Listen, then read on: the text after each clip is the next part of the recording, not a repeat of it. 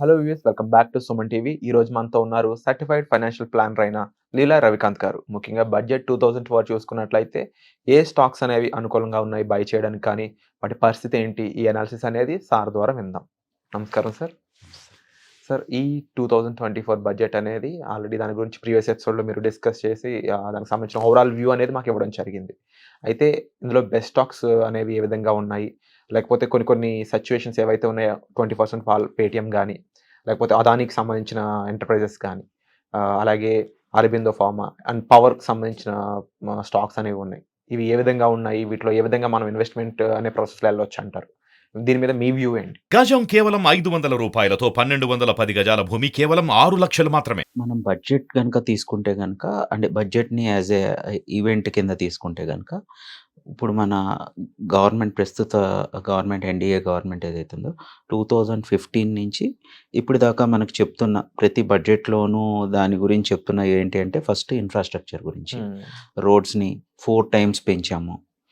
ఒకప్పుడు 1000 కిలోమీటర్లేస్తే ఇప్పుడు 4000 కిలోమీటర్లేస్తున్నాము. దాన్ని 8000 కిలోమీటర్లు చేస్తాము. అండ్ రెండోదేంటంటే ఒక 18,000 విలేజెస్ కుసుమ్ అనే ఒక స్కీమ్ కింద ప్రతి ఊరికి కరెంట్ అనేది కనెక్ట్ చేయాలి. ఈ 18,000 విలేజెస్‌ని ఇంక్లూజివ్ ఆఫ్ పవర్ అంటే 24 అవర్ పవర్ అవైలబిలిటీ తీసుకురావాలి. ఎందుకంటే ఇది మార్పు చేయగలిగితే గనక డిజిటల్ ఇండియాలో ఇంక్లూజన్ చేయగలుగుతాం. సో ఇట్లాంటి స్కీమ్స్ ఏవైతే ఉన్నాయో లాస్ట్ 10 ఇయర్స్ నుంచి కంటిన్యూయస్‌గా చేయడం వల్ల ఇప్పుడు మీరు పవర్ కన్జంప్షన్, పవర్ సప్లై అని 2 రకాలుంటాయి.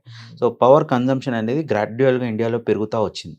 సో ఇది ఎప్పుడైతే పవర్ కన్జంప్షన్ ఎప్పుడైతే పెరుగుతా ఉందో ఆటోమేటిక్‌గా ఏంటంటే పవర్ కంపెనీస్ అన్నీ పెరుగుతాయి. Because the demand and supply price చేసుకుంటే. సో మీరు చూసుకుంటే గనక అన్ని పవర్ కంపెనీలు ఎయిదర్ పవర్ గ్రిడ్ చూసుకుంటే బికాస్ ఫస్ట్ గ్రిడ్డే కనెక్ట్ అవుతుంది. ఆ కనెక్ట్ అయ్యే స్కీమే ఈ కుసుమ్ స్కీమ్ గాని ఏదైనా. సో పవర్ గ్రిడ్‌కి కంటిన్యూయస్‌గా ఒకసారి ఇన్‌ఫ్రాస్ట్రక్చర్ బిల్డ్ అవుతే దానికి రెవెన్యూ వస్తూనే ఉంటుంది. సో అట్లాగా. సో గవర్నమెంట్ ఏదైతే స్కీమ్స్ పెడుతుందో, ఇలాంటి లాంగ్ టర్మ్ ఇన్వెస్ట్‌మెంట్ స్కీమ్స్ చేస్తుందో, ఆటోమేటిక్‌గా ఆ స్కీమ్‌కి సంబంధించిన కంపెనీస్ ఏవైతే ఉన్నాయి లిస్టెడ్ కంపెనీస్. పవర్ సెక్టర్ చూసుకుంటే గనక power grid, NTPC, PTC power trading finance గాని, లేకపోతే ప్రైవేట్ కంపెనీస్‌లో ఏవైతే ఉన్నాయో మన సుజలాన్ గాని, జేఎస్‌డబ్ల్యూ పవర్ గాని, లేకపోతే Ratan power. GVK Tata power, Ratan power, Orient power, Reliance power ఇట్లా ఏవైతే ఎన్ని పవర్స్ ఉన్నాయో అన్ని రకాల పవర్ కంపెనీస్ బెనిఫిట్ అవుతుంది. బీహెచ్ఈఎల్ ఎందుకంటే ట్రాన్స్‌ఫార్మర్స్ తయారు చేస్తుంది. అట్లా అన్ని గవర్నమెంట్ అండ్ ప్రైవేట్ కంపెనీస్‌లో మనం చూడగలిగితే గత 10 ఇయర్స్‌లో పవర్ కంపెనీస్ అన్నీ ఆల్మోస్ట్ 5x, 6x రిటర్న్స్ ఇచ్చినాయి. ఏదైనా చూడండి. ఆటోమేటిక్‌గా మీరు 2015 నుంచి చూసుకుంటే ఈరోజు బీహెచ్ఈఎల్ అప్పుడు రూ. 50 ఉంది. ఇప్పుడు 150, 200 దాకా వస్తుంది. ఎన్‌టీపీసీ అలాగే ఉంది. రిలయన్స్ పవర్ రూ. 8, రూ. 7 ఉన్నది. ఈరోజు రూ. 30 ఉంది. సార్, ఇన్ ఫ్యూచర్‌లో కూడా ఒక పవర్ పవర్ కన్జంప్షన్ ఇప్పుడు మీకు ఇంటింటికి కనెక్ట్ చేశారు అంటే ఆటోమేటిక్‌గా నెక్స్ట్ కావాల్సింది అదే. దానికి తోడు మళ్ళీ ఈవీ వెహికల్స్ కూడా యాడ్ అవుతున్నాయి. ఓకే. ఇదివరకు only consumption only house hold వరకే ఉండేది. ఇప్పుడు ట్రాన్స్‌పోర్ట్ కూడా యాడ్ అవుతుంది. విచ్ ఈస్ ఎ మేజర్ ఇది. సో నెక్స్ట్ 10 ఇయర్స్‌లో అంటే హైడ్రో ఎనర్జీ బ్యాటరీలు తెచ్చినా, హైడ్రోజన్ బ్యాటరీలు తెచ్చినా, లిథియం అయాన్ బ్యాటరీలు తెచ్చినా, ఏవి తెచ్చినా సరే పవర్ అనేది జనరేట్ చేసిన పవర్‌నే యూజ్ చేయగలుగుతారు గానీ, కొత్తగా అప్పటికప్పుడు జనరేట్ చేయరు. సో ఏంటంటే ఇక్కడి నుంచి మన India consumption at least every year ఒక 10-12% పెరిగిందనుకోండి. సో ఇండియాలో ఉండే పవర్ కంపెనీస్ అన్నీ 10-12% గ్రోత్ చూపించగలిగితే, అంటే అన్నీ చూపించలేవు. ఎందుకంటే అగైన్ ఇన్‌ఫ్రాస్ట్రక్చర్ పెట్టాలి, వాళ్ళ క్యాపిటల్ ఇన్‌ఫ్యూజన్ చేయాలి అది. So already existing power generation capacities తక్కువ యుటిలైజ్ చేస్తున్న కంపెనీలు ఏవైతే ఉంటాయో, జేపీ పవరో లేకపోతే రిలయన్స్ పవరో, అదానీ పవరు ఇట్లాంటివి ఏవైతే ఫుల్ 100% కెపాసిటీస్ యూజ్ చేసుకోకుండా 60-70% యుటిలైజ్ చేస్తున్నా ఉన్నాయో అవన్నిటికీ ఓ 30%, 40% గ్రోత్ ఆపర్చునిటీ అయితే ఉంది నెక్స్ట్ 1-2 ఇయర్స్‌లో. ఎందుకంటే మన కన్జంప్షన్ ప్యాటర్న్ గనుక చూసుకుంటే అది చాలా స్పీడ్‌గా పెరుగుతుంది. ఎందుకంటే ఇండస్ట్రియల్ ప్రొడక్షన్ కూడా మీకు అన్నిట్లో డిఫెన్స్ ఇండస్ట్రియల్ ప్రొడక్షన్ పెరుగుతుంది. రిటైల్ ఇండస్ట్రియల్ ప్రొడక్షన్ పెరుగుతుంది. అండ్ బాయ్‌కాట్ చైనా ఈవెంట్‌ల్లో అన్ని కంట్రీస్ వేరే ఆల్టర్‌నేటివ్స్ చూస్తున్నప్పుడు మాల్దీవ్స్ లాంటి సిట్యుయేషన్స్ గాని. మాల్దీవ్స్ లాంటి సిట్యుయేషన్స్‌లో మనకే అడ్వాంటేజ్ అవుతుంది.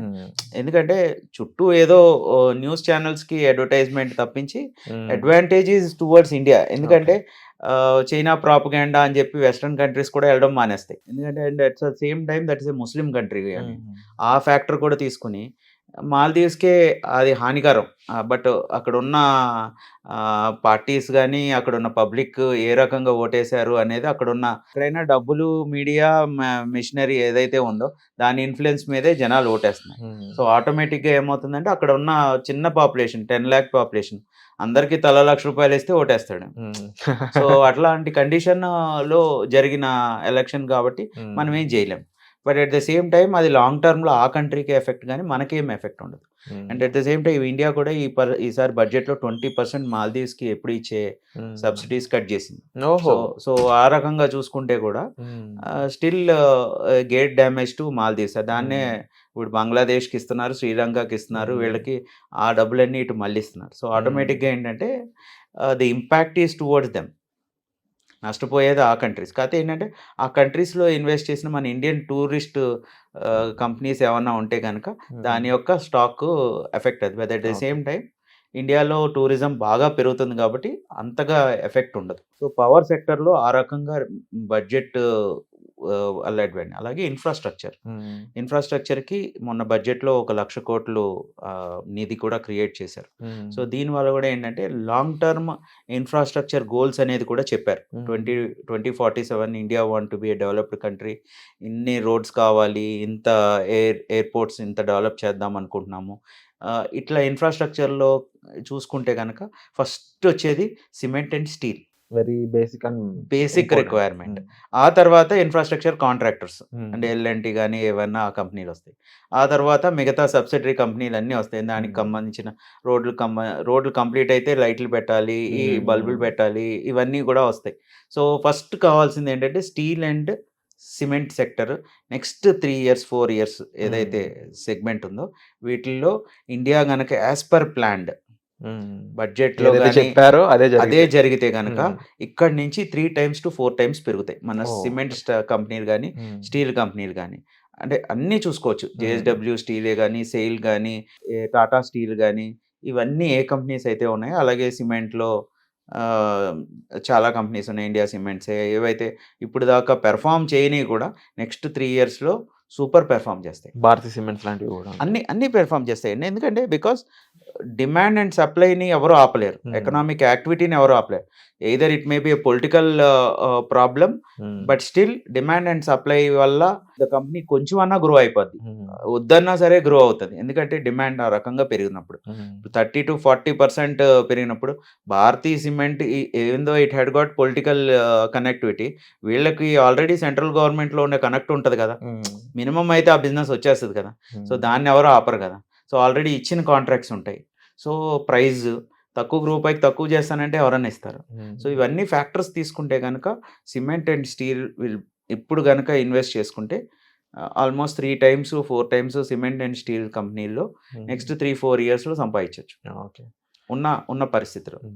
అండ్ మధ్యలో మీరు అన్నట్టు పేటిఎం ఇలాంటి ఈవెంట్స్ ఏమవుతాయంటే యాక్చువల్గా పేటిఎం ఎంతవరకు ఈ ప్రాబ్లం ఉంది అనేది అసెస్ జరిగే టైంకి ఆల్రెడీ డ్యామేజ్ అయిపోయింది. ఎందుకంటే ప్రతి ఒక్కరు పేటిఎం పని చేయట్లేదని చెప్తున్నారు కానీ పేటిఎం బ్యాంక్ పని చేయట్లేదని ఎవరు చెప్పరు. Because it's a UPI connected. Paytm bank అనేది సెపరేట్ ఎంటిటీ. సో పేటిఎం బ్యాంక్ని ఆపారు కానీ పేటిఎంని ఆపలేదు గవర్నమెంట్. సో దాన్ని రాంగ్ ఇంప్రెషన్లో ద హోల్ ఇదైంది. బట్ ఈ టైంలో ఒక 40-50% మార్కెట్లో పడినప్పుడు ఎప్పుడైనా సరే ఇన్వెస్టర్ కొనుక్కుంటే కనుక ఏదో ఒక రకంగా దాని బెనిఫిట్ లాంగ్ టర్మ్లో ఉంటుంది. ఆపర్చునిటీ కూడా రావు అలాంటప్పుడు. ఇప్పుడు మీకు లాస్ట్ ఇయర్ జనవరిలో అదానీ పోర్ట్స్, అదానీ గ్రూప్ మీద హిండెన్బర్గ్ రిపోర్ట్ రావడం వల్ల ఆ తర్వాత నుంచి అది ఆల్మోస్ట్ 3 times పెరిగింది. సో విషయం ఏంటంటే ఒక బ్యాడ్ ఈవెంట్ జరిగినప్పుడు ఇన్వెస్టర్ అనేవాడు దాన్ని కరెక్ట్ ఆపర్చునిటీ కింద కొనుక్కోగలిగితే ఉపయోగించుకోవాలి. అంటే అన్ని కండిషన్స్ కాదు. ఇప్పుడు ఎస్ బ్యాంక్ లాంటి లాంగ్ టర్మ్ స్టోరీలు ఉంటాయి. అంటే ఆ బిజినెస్ మోడల్కి ఎక్కువ టైం పడుతుంది, బట్ ఈ బిజినెస్ మోడల్కి తక్కువ టైం పడుతుంది. ఎందుకంటే పవర్లో కూడా వాళ్ళే ఉన్నారు.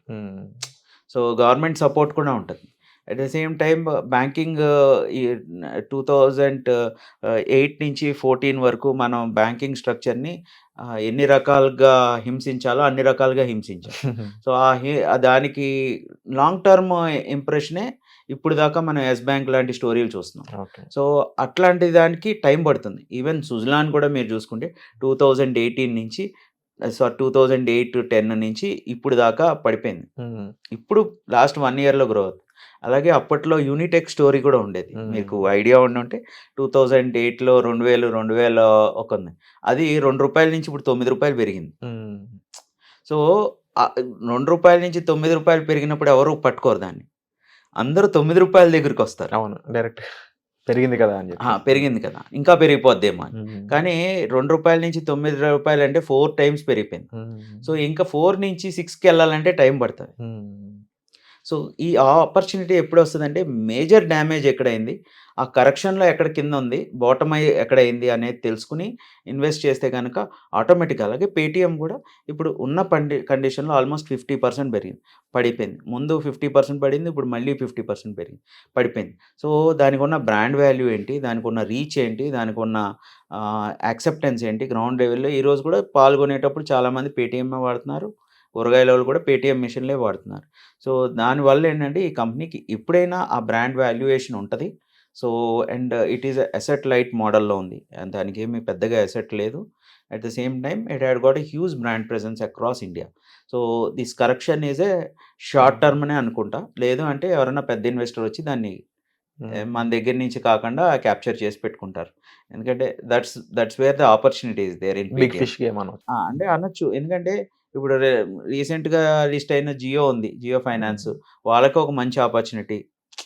దాంట్లో ఇన్వెస్ట్ జేసుకోవడానికి. లేకపోతే అదానీ ఫైనాన్సో ఏదో ఒకటి ఉంటది. హ్మ్. లేదు అంటే ఇంకేదో బ్యాంకర్ ఎవరో ఒకళ్ళు చాలా ఫిన్‌టెక్ కంపెనీస్ ఉన్నాయి. ఎవరో ఒకళ్ళు వచ్చి దాన్ని ఇన్వెస్టర్ కింద వస్తే మనం ఆ బాటమ్ అవుట్ మనం పట్టుకోలేము. వాళ్ళు పట్టుకుంటారు. So, please do invest when there is a huge fall in the market. Hmm. పడితే ఆ పర్సెంటేజ్ 20% 15% గ్రోత్ మనం కూడా తీసుకోవచ్చు. At the same time long టర్మ్‌లో ఎలా ఉంటుందనేది కూడా చూసుకోవాలి. Branding what is the reach of Paytm. హ్మ్. ఈరోజు ప్రతి పల్లెటూరికి ఆల్మోస్ట్ కొబ్బరికాయలు గుడి దగ్గర కొబ్బరికాయలోళ్ళు కూడా పువ్వులోళ్ళు కూడా పేటీఎం వాడుతున్నారు. హ్మ్. అంత రీచ్ ఉన్నప్పుడు ఓవర్‌నైట్ ఆ కంపెనీ అయితే అండ్ ఓవరాల్‌గా ఈ స్టాక్స్ వీటి వెనక ఉన్న రీసెర్చ్‌కి సంబంధించిన విషయాలు కూడా మాకు చెప్పినందుకు అండ్ మీ రీసెర్చ్ అనేది ఎప్పుడూ ఫెయిల్ అవ్వలేదు. మీరు ప్రీవియస్‌గా నాకు పవర్ స్టాక్ గురించి కూడా చెప్పడం జరిగింది. ఇప్పుడు మార్చ్‌లో గాని ఎలా పెర్ఫార్మ్ చేస్తది ఏంటి అనేది. అండ్ వీటి వెనకున్న రీసెర్చ్ చేసి ఆ అనాలిసిస్ మాకు వివరించినందుకు thank you so much sir. Thank you. And ముఖ్యంగా స్టాక్ పడినప్పుడు బెదిరిపోవడం కాకుండా దాని వెనుకున్న కారణాలను తెలుసుకొని పెర్ఫార్మ్ చేయాలి అనేది అంటే ఇంపార్టెంట్ థింగ్. సైకలాజికల్ అడ్వాంటేజ్‌ని తీసుకోవాలి సార్. అవును. అంటే ఓన్లీ అందరూ చెప్పినట్టు వినకూడదు. Sentiment is different and mind is different. Very true sir. రెండిటిని డిఫరెన్షియేట్ చేయాలి. Wonderful for the information sir. Thank you so much. Thank you.